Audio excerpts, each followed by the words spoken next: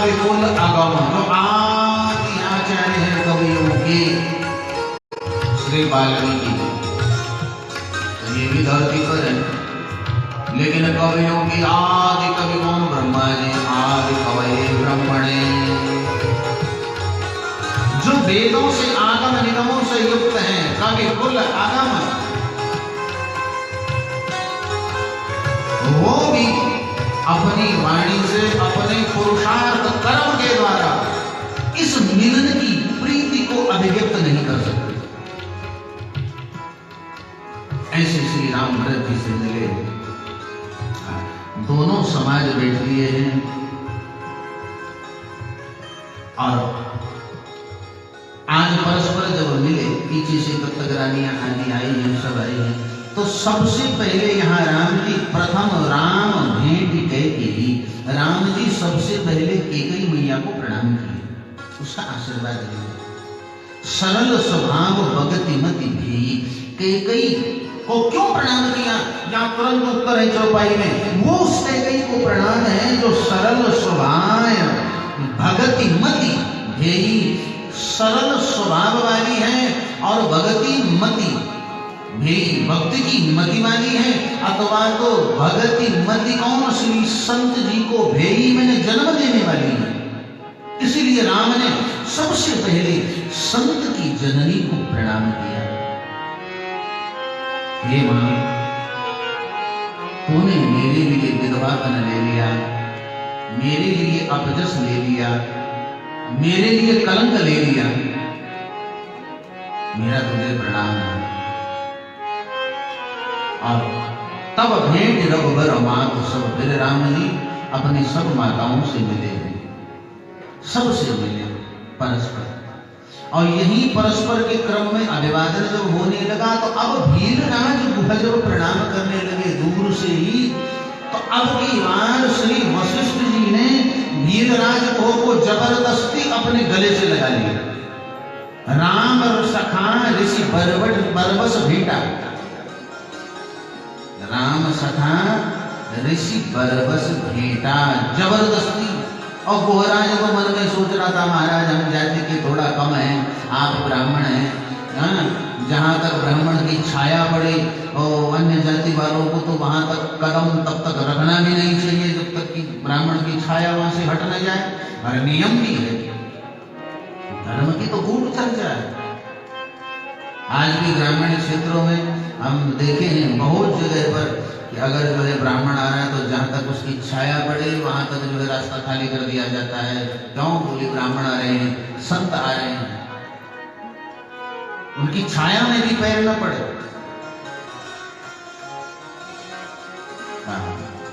ये आदर, तो हम तो इतना आदर करते हैं, आप ब्राह्मण हैं हम। लेकिन आज वशिष्ठ जी बोले, मैं ब्राह्मण हूं, ठीक हूं, दोबारा नहा लूंगा, कोई बात नहीं, लेकिन इस समय मुझे ये जो हृदयस्थ प्रेम है, केवट आज तुमने वो काम किया है, एक संत को भगवंत से मिला दिया है, तो हमें मार्ग बताता हुआ कोई मार्ग का अनुगामी, अनुगमन करने वाला, मार्गदर्शी, दोनों की आवश्यकता है। मार्ग का अनुगमन करने वाला भी हो तो मार्गदर्शी भी तो हो। और आज तूने पूछा है, आज बरबस जबरदस्ती, और फिर भक्तमाल में कह देते हैं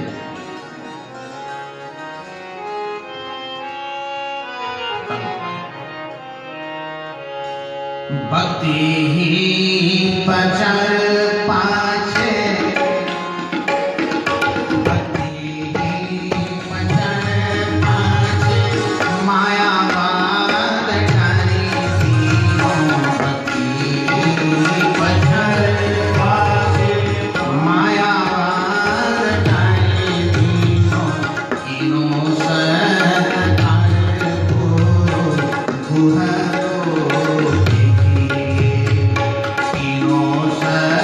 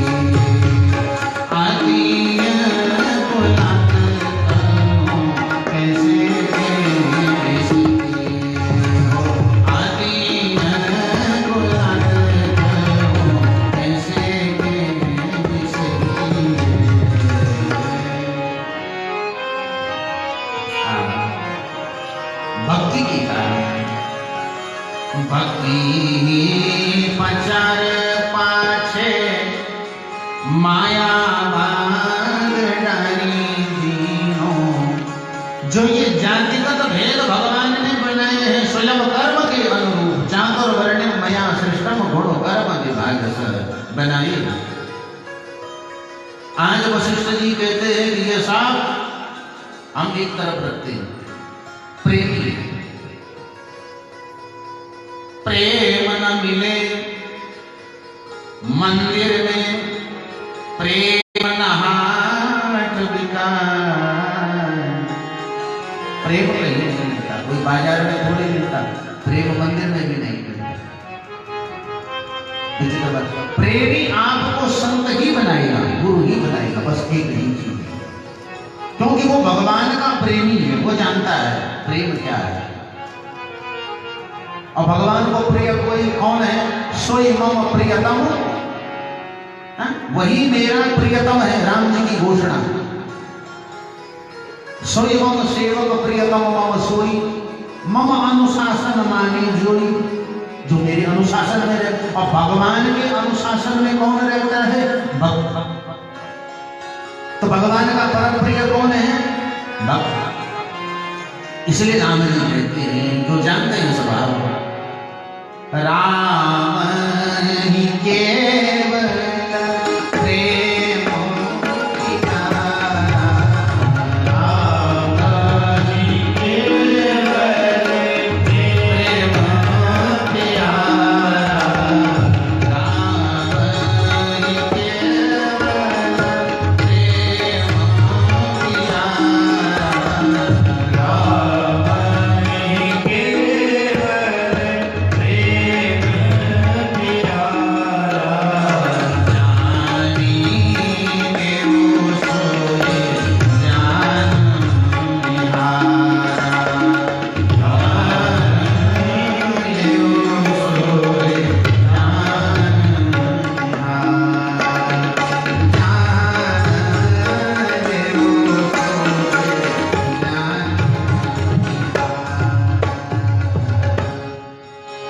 राम ही केवल प्रेम पियारा, राम ही केवल इसलिए भक्ति पछाड़ पाछे माया बांध डारी दीनो, कीनो सत्कार गुरु गुह को पेखिए। आज गुह को हृदय से लगा लिया श्री वशिष्ठ जी, ये प्रेम है। अब जहां देखो, अगर प्रेम में एक विशेष बात है, जहां प्रेम में बुद्धि जनित कोई विचार भी नहीं रह जाता। अगर बुद्धि काम करने लगे तो बुद्धि तुरंत तर्क दे सकती है, हाँ ये कम जाति का है, मैं ब्राह्मण हूं, तो फिर प्रेम प्रकट नहीं होता। बुद्धि जनित कोई विचार जहां नहीं है, प्रेम तो प्रेम है। ऐसो सो गंभीर संत धीर जाने, ऐसे विलक्षण संत आज विलक्षण बन गए, ऐसे आज संत बन गए। अब तक कौन थे? वशिष्ठ जी ज्ञानी थे, महामुनि थे, पर संत आज बने जब गुह को हृदय से लगा लिया। ऐसो सो गंभीर संत बाधीर रीति जाने, जो रीति यानी विधि विधान के विशेषज्ञ हैं, आज प्रीति में साने, आज प्रेम में सन गए, प्रीति में साने हरि रूप गुण देखिए। भगवान के रूप को ही सामने वाले में देख रहे हैं। अब दृष्टिकोण बदल गया है। संत यही है, सर्वथा आपके दृष्टिकोण को बदल दे। महाराज मैं पुनः कहूं, भक्तमाल फिर सुने, किसी से सुने, ये आग्रह नहीं है। आप तो अपने आप ही अगर बोलो तो मन में ये भी मत रखना कहीं अपने ही चक्कर में ना, पैसा आपका, गद्दी आपकी, जिससे चाहे सुनो, लेकिन भक्तमाल 7 दिन का सुने, बड़ा सुखद आनंददायक। मैं कह रहा हूं इतना आनंद रामकृष्ण की कथा में नहीं है जितना आनंद भक्तमाल की कथाओं में है। और विद्वानों की पराकाष्ठा है, क्योंकि समाज में राम कथा कृष्ण कथा तो कोई भी हमने कहा नहीं, लेकिन परंपरा को जीने वाला ही भक्तमाल सुना सकता है। परंपरा से हट करके होगा वो भक्तमाल में घुस भी नहीं पाएगा। पढ़ते तो भक्तमाल में है क्या समझ नहीं आता। भक्तमाल बिल्कुल गलत विषय। परसी बिछाने लपटाने शोक सागर समाने प्राण पाए मानो भाग भाग वही स्थिति बनी। परस बिछाने लपटाने सुख सागर समान प्राण पाए मानो भाग भाग। लिखिए आज उस मुह का भी भाग्य खिल गया। भागाक्षर पर जो लिखा था जीवन पर्यंत, आज वो भी राम प्रेमी वशिष्ठ जी के हृदय से लग करके उसका मानो दुर्भाग्य मिट गया। और ठीक स्थिति ऐसी बनी है, मानो राम अब भरत से मिल रहे हो तो यहाँ दूसरा मिलन है, वशिष्ठ जी गुह से मिल रहे हैं। ये दो मिलन यहाँ ठीक ऐसे ही जैसे राम भरत जी से मिले हैं।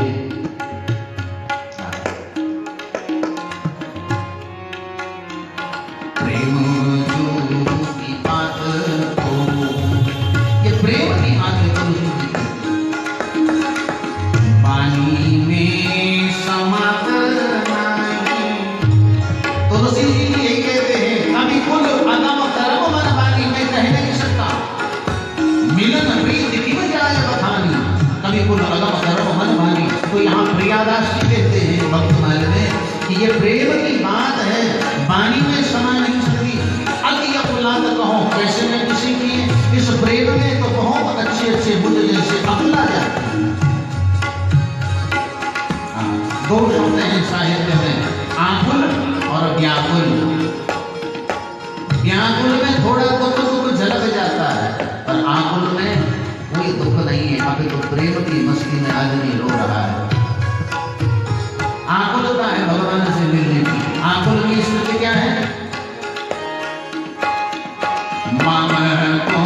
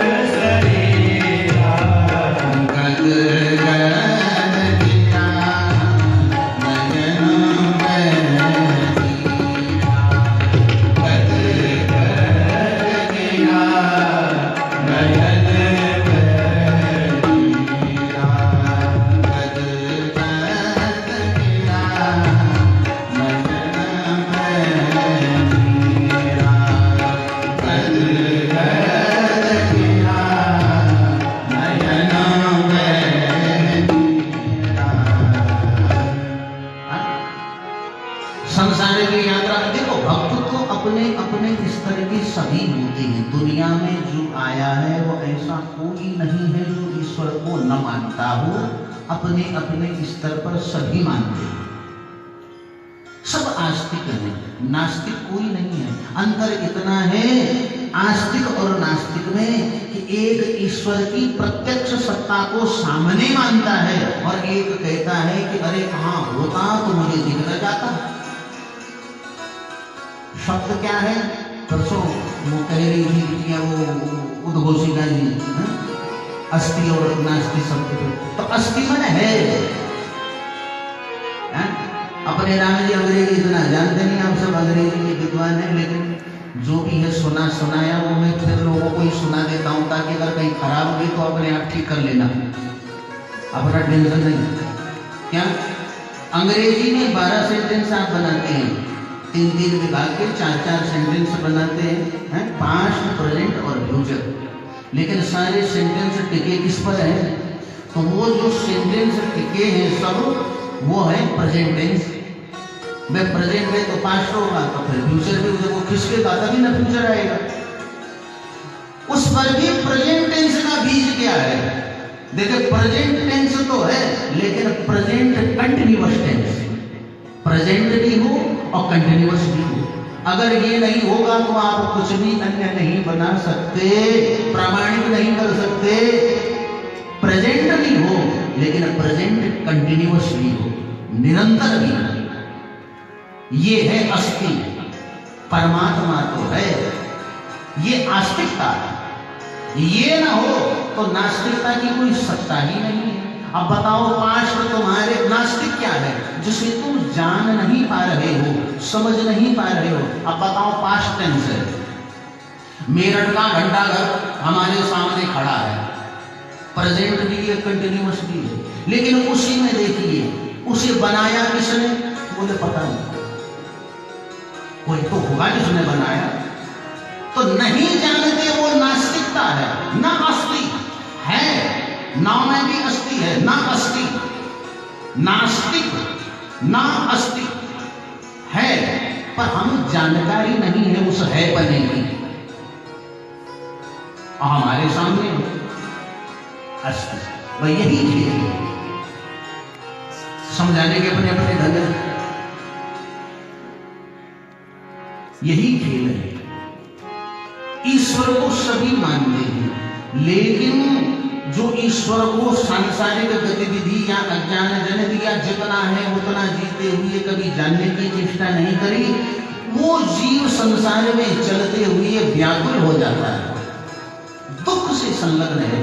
लेकिन जो केवल भगवान की भक्ति करता है, भगवान को जानता है, ईश्वर को मानता है, वो ईश्वर की याद में आकुल हो जाता है। इसलिए दो शब्द आपको मिल जाएंगे, आकुल और व्याकुल।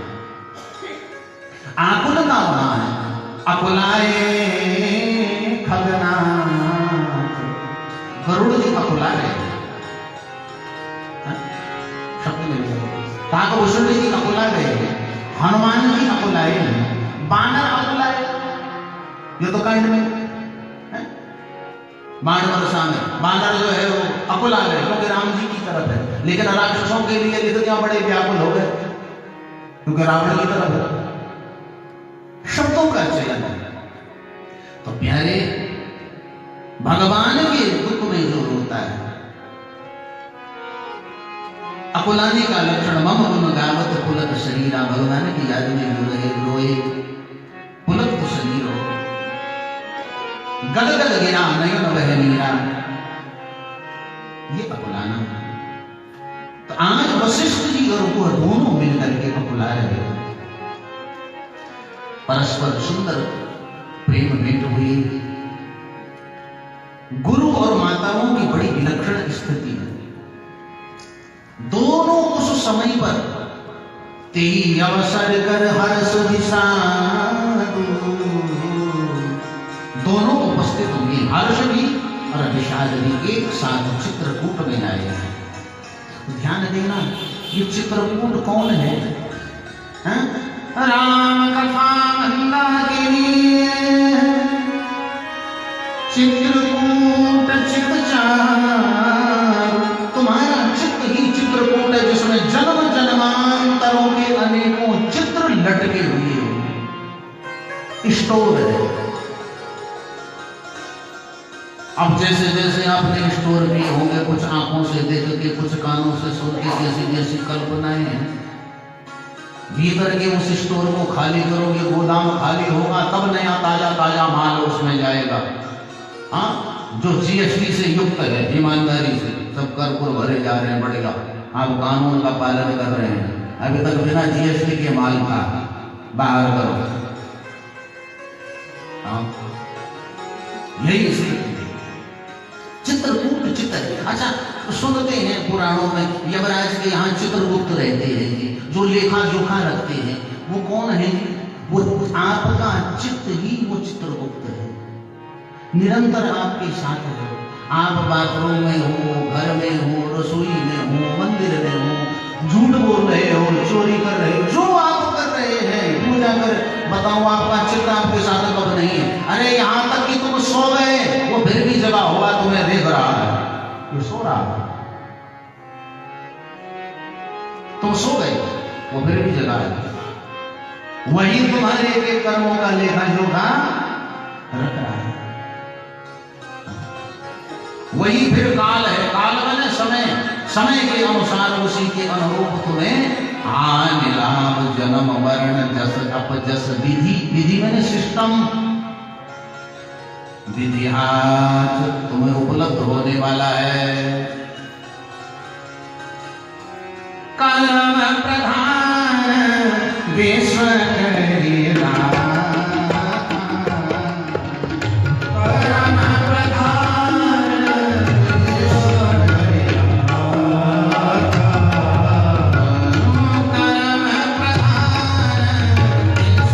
करेगा, कर्म प्रधान विश्व करेगा, कर्म प्रधान विश्व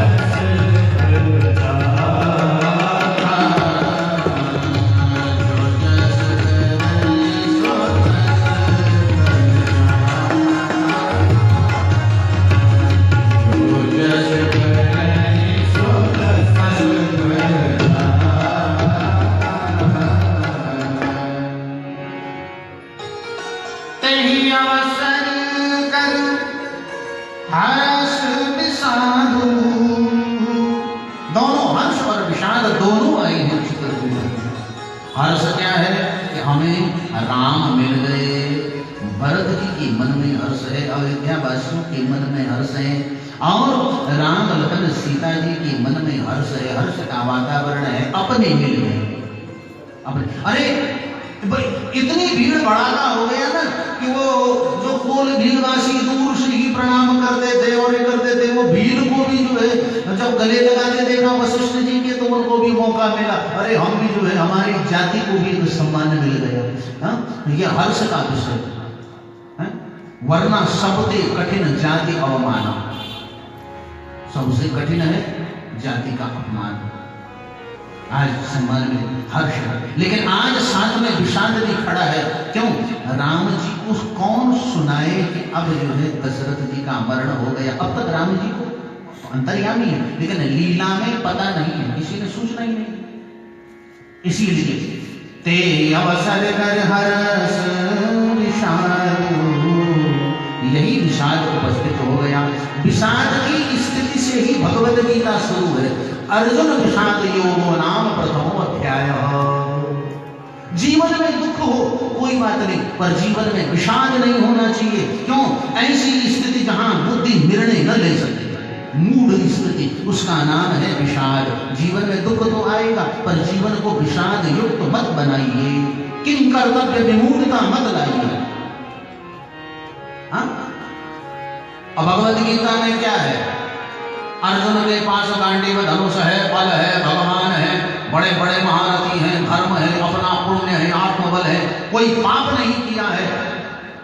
वरना पाप भी आत्मबल को घटा देता है। पाप जैसे याद आएगा आदमी हीन भावनाग्रस्त हो जाता है। पुण्य है तो आदमी आत्मबल से लबालब भरा है, शेर बन करके हजारों की संख्या को चैलेंज कर देता है। लेकिन अर्जुन की वही विल पावर जिसे आप कहते हैं सोई, सारी गीता का अभिप्राय क्या है कि मनुष्य की जो विल पावर है वो सोई है, उसे जगाना, कई न प्रकारेण सब खेल समझा करके उसे जगाना, यही है। अगर आपकी विल पावर सोई, आप जगते भी हैं, सोते भी हैं, कमाते भी हैं, 8 की जगह 12-12 घंटे आप ड्यूटी करते हैं, सब कुछ है, पर आपकी भीतर की चेतना विल पावर सोई हुई है, तो आप विषादग्रस्त हैं। क्षमा करें, लेकिन कट सकते हैं। आप सब कुछ करते हैं, 12-12 घंटे आप बैठ करके कितने कागजों पर साइन करते होंगे। भाई दिमाग तो चल ही रहा है, बुद्धि भी है, भोजन भी कर रहे हैं, सो रहे हैं, बात भी कर रहे हैं, व्यवहार सब निभा रहे हैं, लेकिन आपकी विल पावर सोई हुई है, तो आप विषादग्रस्त हैं प्यारे। बस इसीलिए अर्जुन विषाद योगो नाम प्रथमो अध्याय, यही से भगवद गीता का शुभारंभ है।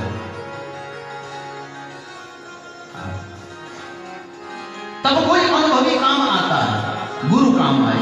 वशिष्ठ जी राम जी को सुनाए कि ऐसे तो राम थोड़ा लक्ष्मण सहित, सीता जी सहित लौकिक लीला में सबने शोक किया है, तो तब शोक निवारे सब ही कर निज विज्ञान प्रकाश। वशिष्ठ जी ने सबका शोक निवारण किया, सबको समझाया और आप इस तरह से शोक मग्न न हो। राम, जब विषम परिस्थिति आए तो उस समय धर्म को विचार करना चाहिए। विषम परिस्थिति में धर्म न त्यागे। हम विषम परिस्थिति में धर्म त्याग देते हैं और धर्म यदि छूट गया तो गया। धर्मो रक्षति रक्षिता है। धर्म छूटा तो बचा क्या हमारे पास? बहुत विषम परिस्थितियों में हम धर्म छोड़ देते हैं। राम जो है सबको रुकवाते हैं और विश्वामित्र, जाबाली, वशिष्ठ, वामदेव आदि सबसे जो है मंत्रणा करके अपने पिता हेतु तो वेद सम्मत क्रिया आदि करी। राम जी ने उस दिन अन्न जल का त्याग किया है, किसी ने भी नहीं लिया। कुल भील वनवासी आते हैं फल फूल लेकर के कि तुम ये ले लो, लेकिन अवधवासी बदले में कुछ देना चाहते हैं, फ्री में नहीं लेंगे। आप हमें दे रहे हो तो ऐसे ले लो, ऐसे नहीं। और देखो महाराज, भक्ति की मार्ग में चलने में हम आपसे आते हैं, हमारे पास भगत आ गए तो महाराज जो है कुछ भेंट रख गए, कुछ भेंट चढ़ा गए, तो उल्टा अब आदमी को पैसा किसको नहीं चाहिए? सबको चाहिए, लेकिन हमको उल्टा टेंशन हो जाता है इसलिए कि मैंने एक माला तो तेरे लिए जपने, जितना तेरे लिए जपूंगा ये 100 रुपए के लिए। एक बात है, ये मेरी सोच हो सकता है, मेरी बुद्धि इतनी कम हो, तो इतना क्या मैं अपने लिए ना भजन करूं जिसमें मेरा कल्याण होगा? तो मैं सोचता हूं कभी कभी मैंने ऐसा किया क्या है, और ब्राह्मण को प्रतिग्रह से तो हमेशा बचना चाहिए। दान ले लेने प्रतिग्रह। अब इसके मायने ये नहीं है कि अब आप ब्राह्मण को जाने, ब्राह्मण का अंश आपके पास भी नहीं रहना चाहिए। इसलिए हम कल भी शायद कह रहे थे परसों की, समूलम कुलम विनश्यति, समूल कुल का नाश हो जाता है। ब्राह्मण से घर में न रहना ही नहीं चाहिए।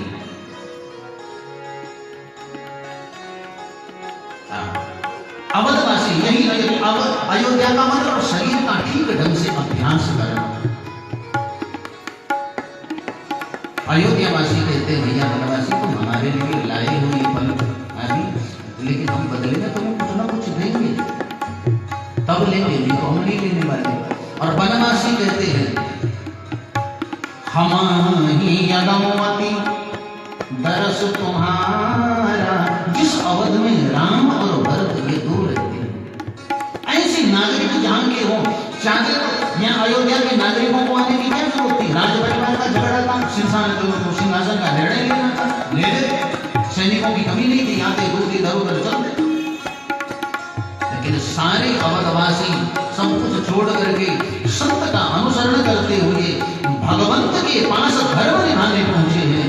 तो जसुमरु धरणी देव धुनिधारा, देव धुनिधारा में गंगा जी की तरह विमल जस जिसका बन जाए वो केवल संत ही हो सकता है। इसीलिए हम आपको बेचने नहीं लाए हैं इन फलों को, हम तो आपको भेंट देने आए हैं। अब देखिए ये सब दृश्य क्यों है? यहाँ अब प्रेम की बाढ़ है चारों ओर से, क्योंकि भरत रूपी प्रेम रूपी संत यहाँ खड़ा है, श्री भरत। अब सब प्रेम के वातावरण है, इसी प्रेम के वातावरण में सारा दिन व्यतीत हुआ। अनार आदि में जिसने लेना था लिया, बाकी तो सबने वैसे अन्न जल का त्याग किया है, एक दिन तो व्रत रखा है सबने। और इधर शाम का समय हुआ तो जानकी सिंह सास प्रति विष बनाई। प्रत्येक शासकों के पास जानकी अब अलग अलग रूप धारण करके चले, सबकी सेवा करी।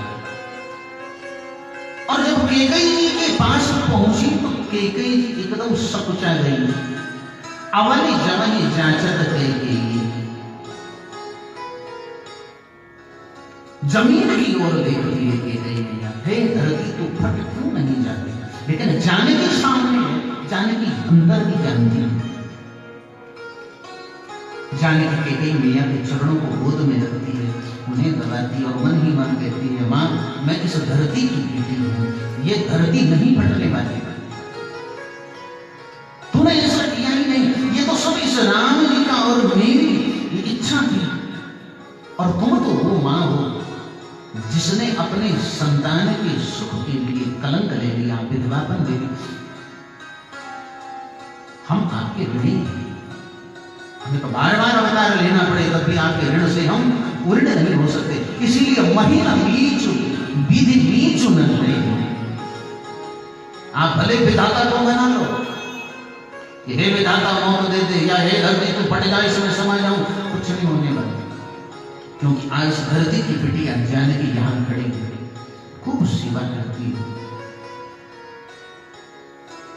सबको संतुष्ट करके आती है। और रात भर सब चर्चा है, सब शंकित है, राम लौटेंगे कि नहीं लौटेंगे, कहीं विधि हो ये राम अभिषेक, सबके मन में भरत लौटा पाएंगे कि नहीं। और भरत जी सोचते हैं, जो हट करम तो निपट कुकर्म, यहां तक आया तो हूं, राम जी से निवेदन भी करूंगा, मेरे मन में जो है वो मैं निवेदन अवश्य करूंगा, लेकिन हृदय में मैं चाहता हूं कि मेरा राम लौट जाए, लेकिन मैं जिद भी तो नहीं कर सकता। अगर मैं जिद करूंगा तो निपट होकर मेरा भक्त बना, मेरा सेवक बना नहीं कहा जाएगा। हरिगिरि ते गुरु सेवक धर्म, हरिगिरि मैंने कैलाश और वैकुंठ, और हरगिरि मैंने कैलाश, दोनों से भारी अभिधि हरगिरि, ब्रह्मा जी का सुमेरु पर्वत, इनसे भारी सेवक का धर्म है, सबसे कठिन धर्म सेवा का धर्म है। और दुनिया के अंदर सबसे कठिन धर्म दो ही है, दो धर्म, एक है सेवा धर्म और एक है पतिव्रत धर्म। ईमानदारी से ये धर्म जिसके पास है वो पूरे संसार का सबसे बड़ा राजा है।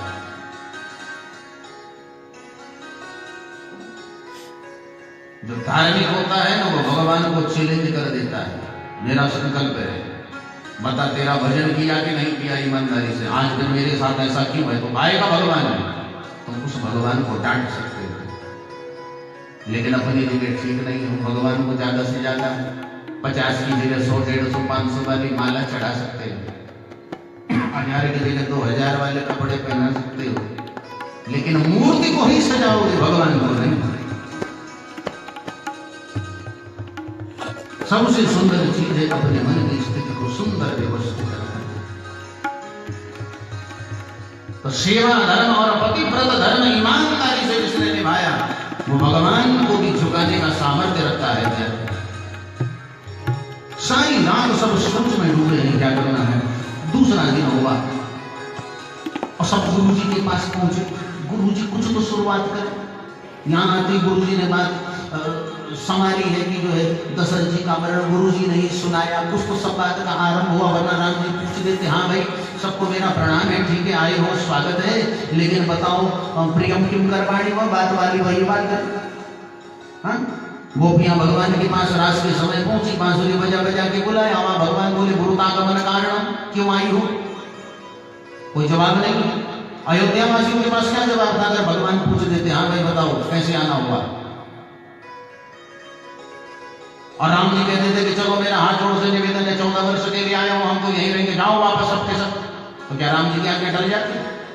भाई चलो भगवान की आज्ञा, कोई भगवान नहीं, लेकिन कम से कम राज सिंहासन का उत्तराधिकारी राजा का आदेश है, प्रजा को मानना पड़ेगा, चाहे वो गुरु वशिष्ठ ही क्यों ना हो, सबको लौटना पड़ता है।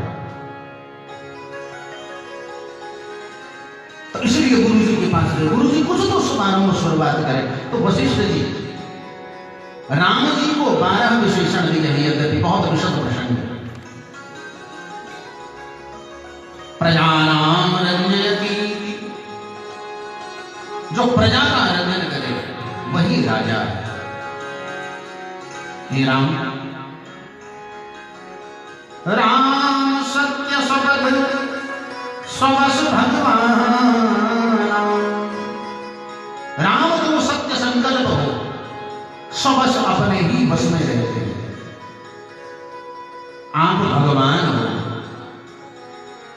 देखो भगवान किसको कहते हैं? जैसे श्री से युक्त श्रीमान, विद्या से युक्त विद्यावान, धन से युक्त धनवान, ऐसे ही भग से युक्त भगवान। 6 चीजों को भग शब्द कहते हैं। भागा, भाव मैंने भू, भू मैंने होना, भू धातु है संस्कृत में। भू मैंने निरंतर होना, जो होता ही रहता है, प्रेजेंट कंटिन्यूअस। भू होना, अगौ नित्य गमन भी है, जिसे क्रिया भी है, नित्य निरंतर सक्रियता जिस हर चीज में है वो है भाग। और भगवान की 6 चीजें नित्य हैं। पोषणम भरणाधार, जो पोषण करता है भीतर से, भरण करता है, आधार है। शरण्यम सर्वव्यापकम, जो सर्वव्यापक है और सबका आश्रय दाता है। कारुण्यम षड्भिः पूर्णो, जिसमें करुणता है, जो कारुण्य रूपम करुणाकरम, जो परब्रह्म परमात्मा है। रामस्तु भगवान स्वयं, साक्षात वही परब्रह्म परमात्मा भगवान है, इसीलिए उसको भगवान कहते हैं। इसीलिए रामस्तु भगवान स्वयं। 2 चीज ये राम जी के विषय में कहा और कृष्ण जी के विषय में कह दिया।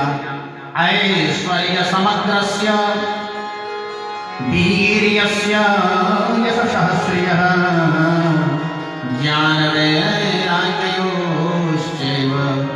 शरणां भज इति रणम्। जिसमें संपूर्ण ऐश्वर्य रहता हो, ऐश्वर्यस्य समग्रस्य वीर्यस्य, जिसमें पराक्रम सदा बना रहता हो, यशः, जिसका यश हमेशा बना है, श्रियः, जिसमें श्री नित्य निरंतर है, ज्ञान वैराग्य जिसमें नित्य निरंतर बना हुआ है, धर्म जिसमें निरंतर बना हुआ है,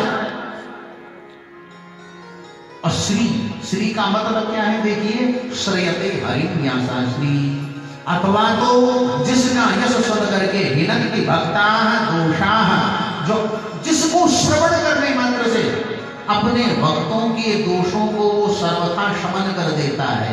हिनक्ति भक्ता दोषा इति श्री, इसलिए उसे श्री कहते हैं।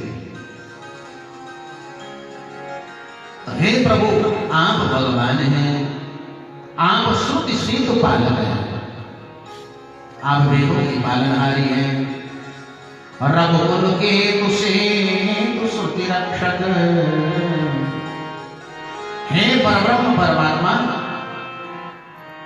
गुरु प्रीतो मातो बचन अनुसारी, आप अपने माता पिता गुरु के वचनों को मानने वाले हैं,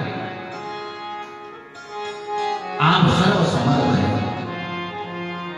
लेकिन हम एक बात कहना चाहते हैं, कितनी बात मैं कह रहा हूं, अंत शब्द क्या कहा? गुरु प्रीतो मातो बचन अनुसारी, गुरु पिता और माता के अनुसार चलने वाले हे राम। अर्थात मुझे वशिष्ठ को आशा है आप कुछ निर्णय देंगे, हम सब आपके अनुसरण है। ये नहीं कि मैं आपको आज्ञा दूं कि चलो अब ये होगा, तो आज्ञा ही देने की तो मैंने तो भरत को कह दिया था, गद्दी पर बैठ जा, सौंपे हो राज राम के आए, जब रामायण उनको राज्य दे देना। लेकिन एक बात है, राम रजाई सी सबनी के, आप जो कहेंगे हम वो करने को तैयार हैं, तुम्हारी शरणागति है। इसी में हमारा हित है। अब जब इतनी बात कही वशिष्ठ जी ने, तो भरत जी बड़े चक्कर में पड़ गए। राम राम, हम तो सोच रहे थे वशिष्ठ जी हमारी ओर से वकालत करेंगे, कुछ बोलेंगे, जब यही करना था तो यहां तक आए क्यों?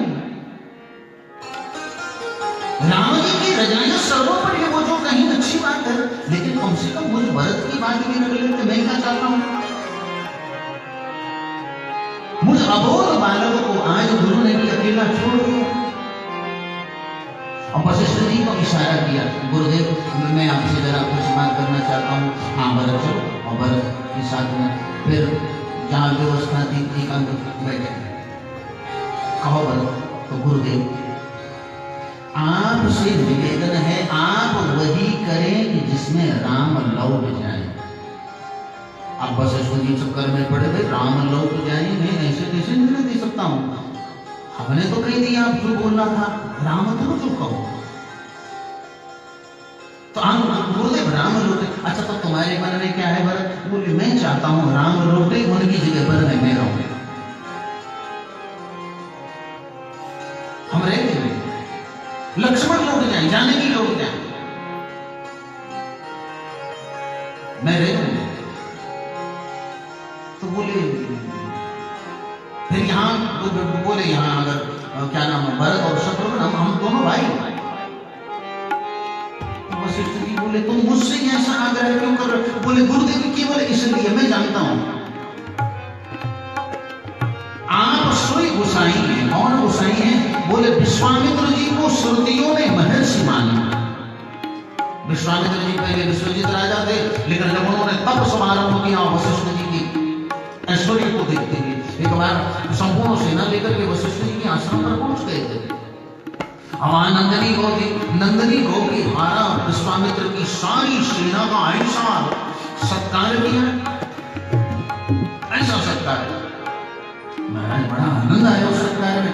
मन लगा मुझको ये नंदनी मिलनी चाहिए, लेकिन नंदनी नहीं आई। तो मुझको बोले ये नंदनी रहते किसके पास है? बोले जिसके पास ब्राह्मणत्व हो। तो कहा मैं क्षत्रिय राजा हूं। ये जो गाजियाबाद है ना, पढ़ाया हमको कोर्स में अंत संत जाता है, ये गाजियाबाद राजा गाधी का था और गाधी के पुत्र है, इसलिए विश्वामित्र जी। हाँ? और पढ़ाया कुछ और जाता है, किसके नाम पर ये पढ़ा है। और वही गाजियाबाद में आप सब जानते हैं छपराला रोड पर जो दुग्धेश्वर महादेव मंदिर है, प्रसिद्ध मंदिर है, वो दुग्धेश्वर महादेव मंदिर में जो है राजा गाधी और विश्वामित्र जी पूजा करते थे। और आगे विश्वरक है, विश्वरक में जो है रावण का जन्म है, वहां विश्रमा मुनि जो है आते थे दुग्धेश्वर में पहले पूजा करने। तो वहां का रावण का जन्म है, इसलिए उसके ससुराल नजदीक है, जहां बैठ करके अपने राम की कथा बोल रहे हैं, आप सुन रहे हैं मेरठ।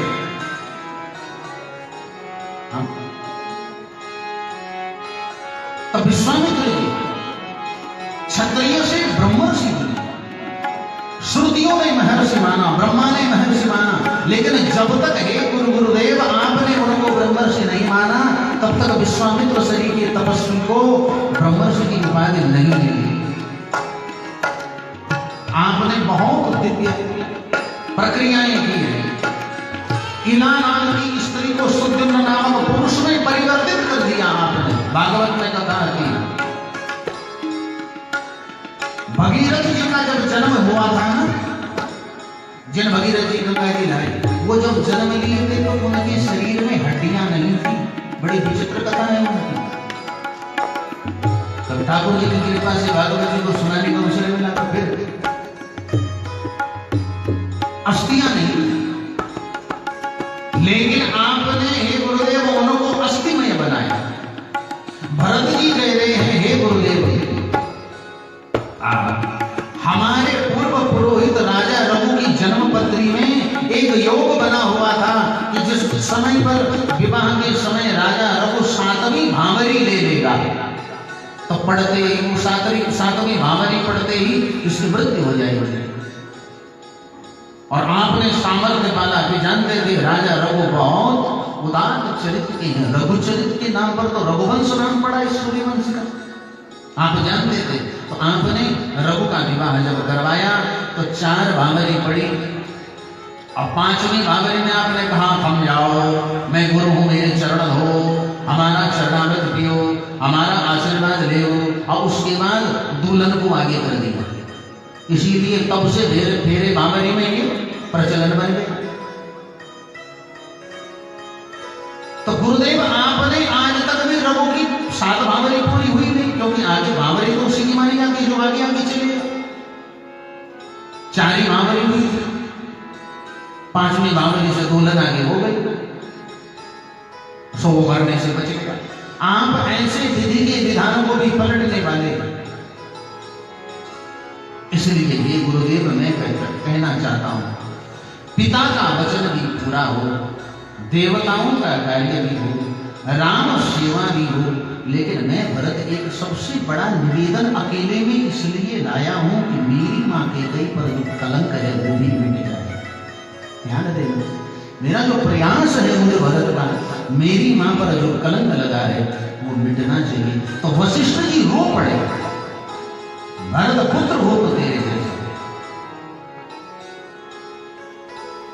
भरत कह रहे हैं गुरुदेव अंतर्यामी रामस्य तुम सर्वज्ञ सुजान।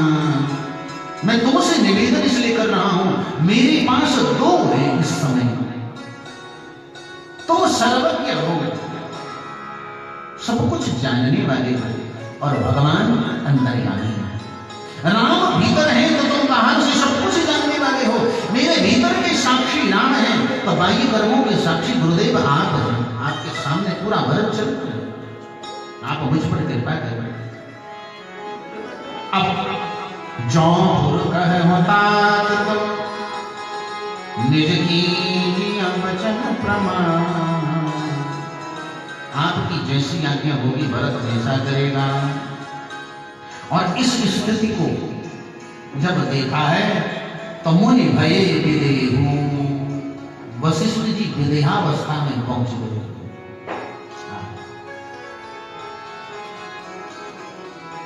और राम जी जान गए कि भरत वशिष्ठ जी को एकांत में ले गए हैं, तो क्यों ले गए हैं जानते हैं। जानत प्रीति रीति रघुराई,